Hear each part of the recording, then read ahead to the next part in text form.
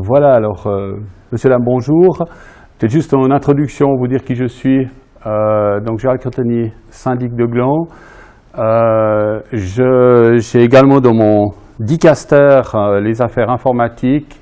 Et puis, il se trouve que je connais François Marteller depuis bien sûr son passage au Conseil d'État, ce qui fait qu'on avait gardé quelques contacts, mais je crois que ce n'est pas forcément à cause de ces contacts qu'on s'est retrouvés, mais certainement pour des raisons beaucoup plus matérielles et intéressantes dans le cadre de ces sites Internet. Alors, je vais peut-être juste d'avance vous dire tout de suite quelque chose, c'est que je ne suis absolument pas technicien. Donc, le langage informatique est un problème pour moi. J'ai l'impression de parler chinois. Donc, vous allez entendre quelqu'un qui va parler vraiment strictement de la question de la mise en œuvre d'un projet, mais du côté de l'utilisateur. C'est clair, je ne vais pas rentrer en matière sur les questions techniques. Là, je pense que vous avez des gens ici qui sont largement plus compétents que moi pour pouvoir en parler. Alors, peut-être juste faire un court état des lieux sur la question des sites Internet communaux et en particulier sur celui de Gland. Comme ça vous permettra de voir un petit peu dans quel univers nous en sommes aujourd'hui. Simplement dire que la commune de Gland a décidé dans les années 95 de créer un premier site. Ce site avait été créé par une société qui s'appelait Marvel, qui existe toujours, qui est dans la région d'Étoile, et qui à l'époque était une société qui était née à Gland. Elle était glandoise, et d'ailleurs elle a donné naissance à Swissquote, la banque en ligne que tout le monde connaît, je pense, aujourd'hui. Le site qui avait été créé, qui avait été ouvert sauf erreur en 97-98, est un site qui était tout à fait performant pour l'époque, un site propriétaire bien sûr, mais qui avait effectivement des qualités intéressantes et qui a duré d'ailleurs quelques années et qui a mis du temps finalement à vieillir. Je crois qu'il avait été vraiment très très bien fait pour ce moment-là. Quand on a vu qu'il fallait absolument le remettre à niveau, on a choisi une solution meilleur marché. Alors, on avait payé dans les 40-50 000 francs le site de l'époque, et là, on était parti sur un site différent, en prenant exemple sur d'autres communes ou d'autres associations intercommunales qui avaient effectivement décidé de faire des sites à des niveaux un petit peu plus légers. Nous l'avons fait, ça a été une expérience qui nous a coûté certainement quelques voix en termes d'élection, certainement quelques problèmes avec le conseil communal, et puis et finalement aussi une mésentente complète avec le mandataire, ce qui est dommage d'ailleurs, parce que je n'ai pas de critique à apporter forcément au mandataire, sinon qu'il a trouvé un client et que ce mandataire a vendu un produit qui n'était certainement pas à la hauteur de ce qu'une commune devrait pouvoir utiliser comme site. Donc à l'ouverture de ce site, nous avions, je me rappelle très bien, nous avons fait la petite conférence de presse pour annoncer le site, et à la fin de la conférence de presse, j'ai déjà dit qu'il y avait un groupe de travail qui travaillait pour le futur site. Donc on était vraiment dans une situation assez particulière. Pour la création de ce nouveau site, nous venions d'engager un délégué à la communication, François-Xavier Paco. Je sais que c'est une personne qui est assez connue dans le canton, qui a été directeur de Prométhère, etc. Donc c'est quelqu'un que beaucoup de gens connaissent, ou si c'est au Paléo pour les Bienvenus à Nyon qu'il faisait sur la grande scène. Donc c'est quelqu'un qui est connu dans la région et qui a assuré la communication de plusieurs institutions publiques. La décision qu'on a prise dès le départ, c'est de faire de ce site vraiment le navire amiral de la communication. Ça c'est les expressions à François Xavier, c'est de faire quelque chose qui effectivement, sur lequel toute la communication de la commune devait pouvoir se baser.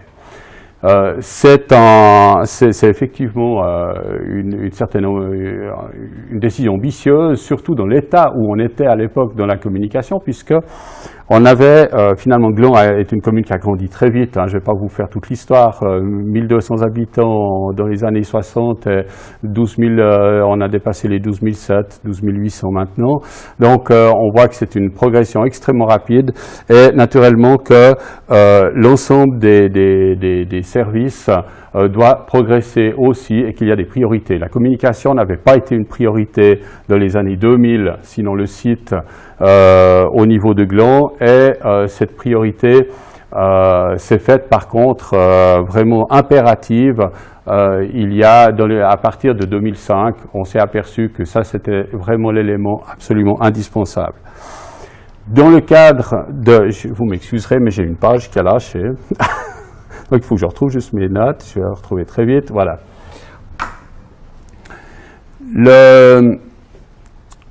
L'un des points qui est important dans la création de ce site, c'est aussi que c'est aussi l'équipe finalement qui au niveau interne se met à l'œuvre pour créer un site. Et dans ce cadre-là, nous avions effectivement notre délégué à la communication, mais qui s'est entouré très très rapidement de 2 à 3 personnes, que nous avions d'ailleurs certaines avec des contrats à durée déterminée, d'autres qu'on a fini par engager d'ailleurs, et qui font que nous avons une équipe maintenant qui s'occupe de ce site et de la communication générale qui est tout à fait performante, même si en comparaison avec certaines autres villes, on reste encore très modeste, mais c'est le fait d'avoir quand même une équipe performante qui puisse travailler. Cette équipe nous a tout de suite mené sur l'idée de travailler avec Typo 3.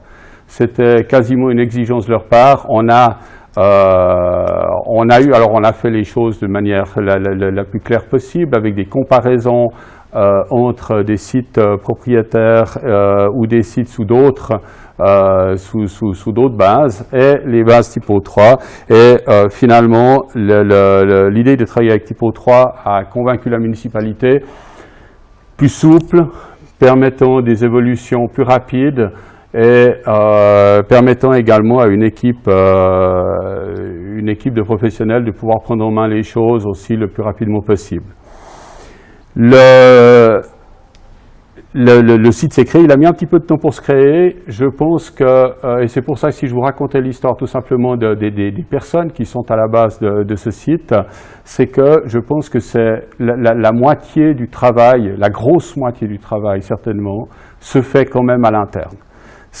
On peut faire l'architecture qu'on veut, c'est quand même tout le contenu, la hiérarchisation des contenus qui est extrêmement importante, et pour obtenir une bonne lisibilité, finalement, il faut avoir effectivement des gens qui arrivent à vous monter cette visibilité.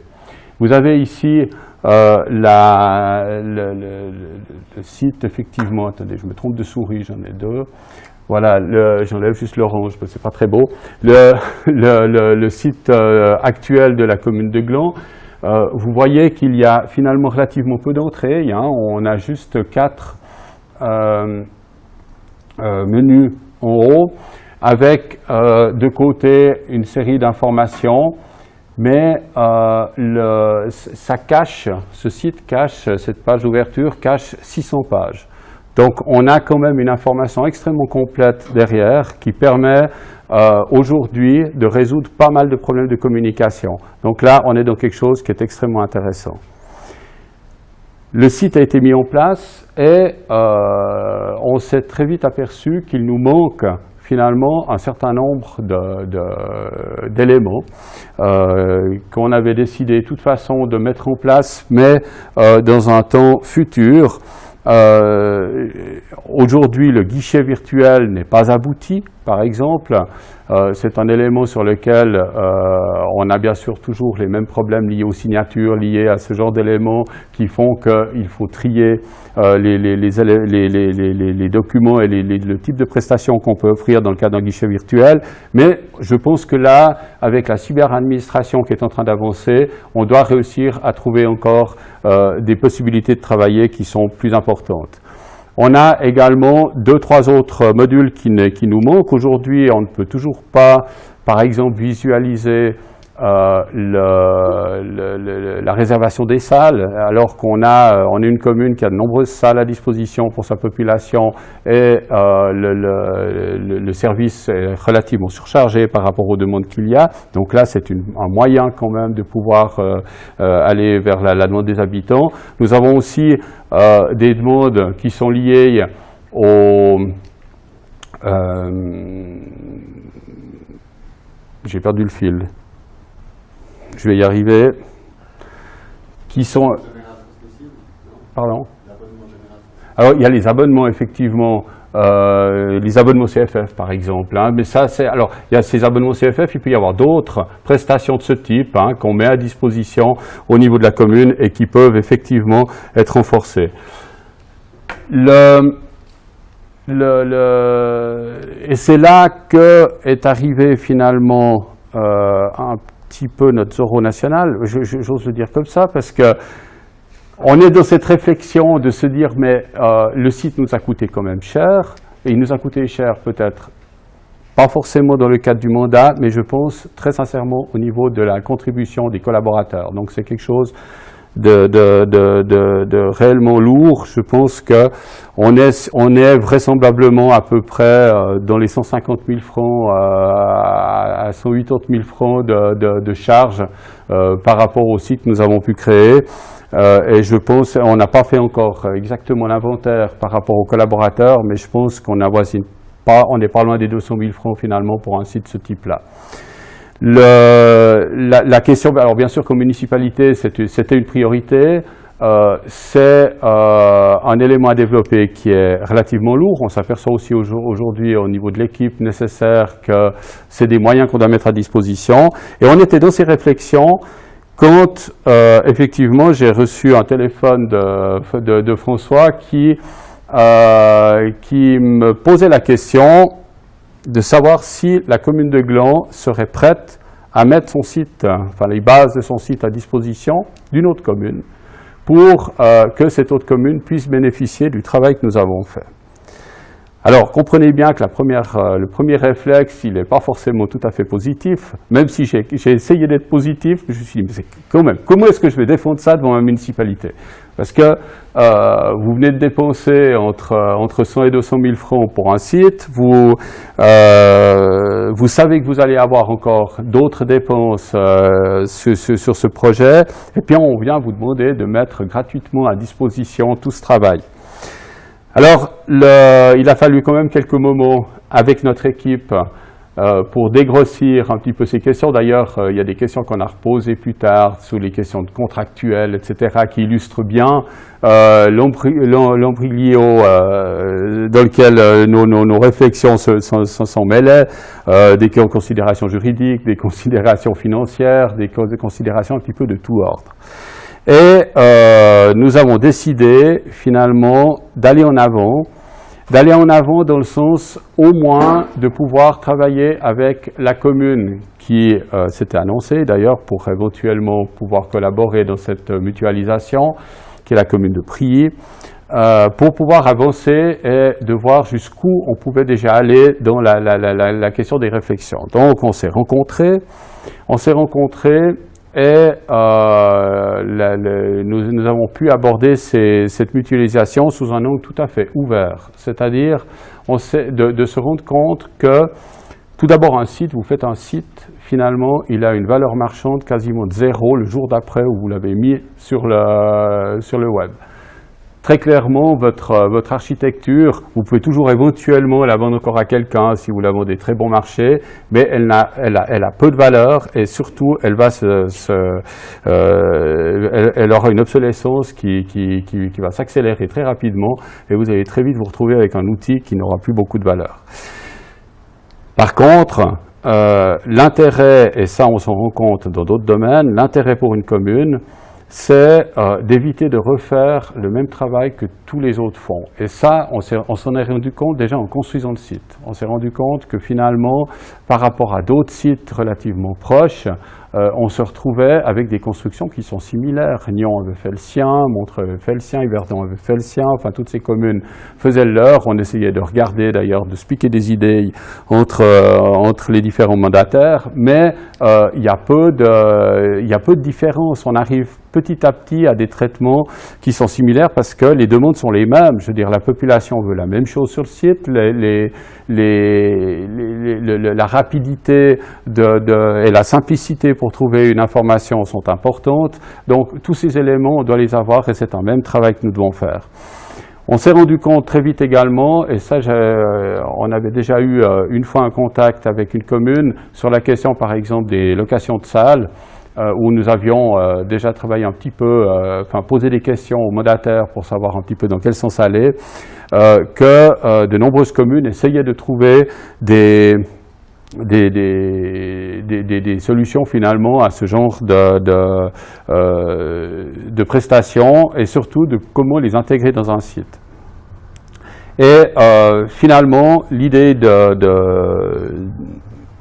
mise à disposition, qui est la base, bien sûr, alors vous êtes certainement tous des gens que je n'ai pas besoin de convaincre par rapport à l'open source, mais pour nous, il a fallu comprendre qu'est-ce qu'était réellement l'open source, donc c'était une découverte, et de pouvoir se dire que finalement, c'était peut-être une bonne solution de mutualiser entièrement ces prestations pour, les supports de ces prestations pour pouvoir offrir aux autres communes d'abord des moyens peut-être un peu meilleur marché pour se développer, mais ces autres communes allaient aussi pouvoir nous apporter les éléments qui nous permettent de développer surtout notre propre site. C'est-à-dire que si une autre commune, par exemple Prilly, puisqu'on est en discussion avec Prilly, si Prilly développe un module de location de salles, s'il développe un agenda, par exemple des manifestations qui est cohérent, qui est intéressant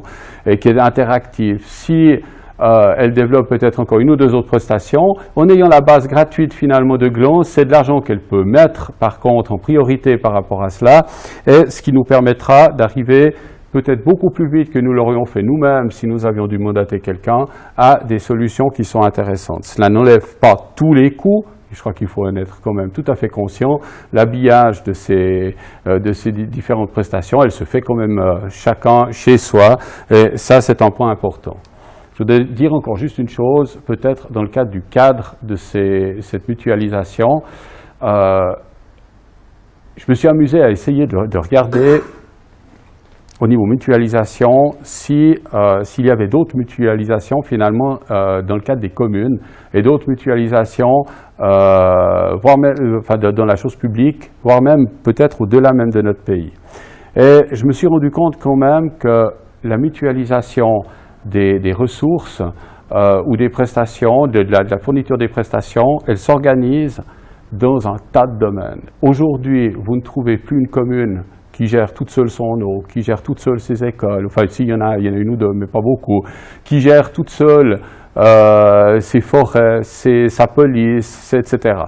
Il y a une forme de mutualisation qui est vraiment complète et depuis longtemps, puisque sans faire erreur, la loi sur les associations intercommunales doit dater de 1956, et avec une petite modification, une modification intéressante, parce qu'une modification, la dernière modification a élargi encore le champ d'application de cette loi, ce qui fait que on retrouve dans le canton de Vaud, pour reprendre juste quelques chiffres, dans le canton de Vaud, on retrouve 160 associations intercommunales et 153 ententes intercommunales. Et ça, c'est uniquement ce qui correspond à la loi sur les communes, et c'est sans compter du tout toutes les associations, code civil, etc., qui existent et qui permettent de travailler également ensemble. Donc on a un nombre de collaborations gigantesques. Alors bien sûr, c'est pas tout à fait la même chose. C'est là où on va changer un petit peu d'esprit, c'est que la plupart de ces collaborations, elles sont faites pour des produits, c'est de la production de prestations qui ensuite est répartie financièrement entre les différents partenaires. Ici, on se retrouve, on est peut-être au début, de quelque chose. Il faudra voir un petit peu comment les choses peuvent évoluer. Mais c'est vrai que dans un tout premier temps, il n'y a pas forcément une mutualisation financière. Il y a surtout un partage et une idée de développement d'une prestation. Mais par contre, je pense qu'on se retrouve, et ça c'est peut-être un message aux communes qui voudraient peut-être qui pourraient être réticentes finalement de rentrer en matière sur un tel domaine, c'est ce message de leur dire mais regardez autour de vous ce que vous avez déjà fait, et en fait vous faites confiance à un tas d'autres communes qui gèrent des affaires pour vous, et dans ce cas-là, le fait de mutualiser des affaires sur lesquelles vous êtes toujours maître, parce que finalement un site qu'on mutualise, on reste quand même, on gère toujours le site, simplement on mutualise les bases qui permettent de le construire. Voilà, aujourd'hui, nous en sommes tout simplement à ce début des relations avec Prier. Moi, j'encourage Georges. Voilà, un représentant de commune ici qui pourrait tout à fait aussi trouver des solutions à travers ça. C'est vrai qu'il y a les tailles, on en discutait, entre des petites et des grandes communes. Il y a peut-être des tailles de modules qui sont peut-être... Alors moi, comme je ne connais pas la technique, c'est peut-être des choses qu'il faudra une fois vérifier si c'est des choses qui peuvent s'adapter ou pas. Mais je pense que là, il y a un champ d'investigation qui est extrêmement intéressant, et de pouvoir voir jusqu'où on peut aller dans cette investigation-là. Merci beaucoup, en tout cas, à Wike Open Computing et à François Martaler et son équipe pour le travail qui est réalisé, l'idée là qui est porteuse. Et je pense qu'il y a que c'est un message que l'on doit porter au niveau des communes. Merci beaucoup.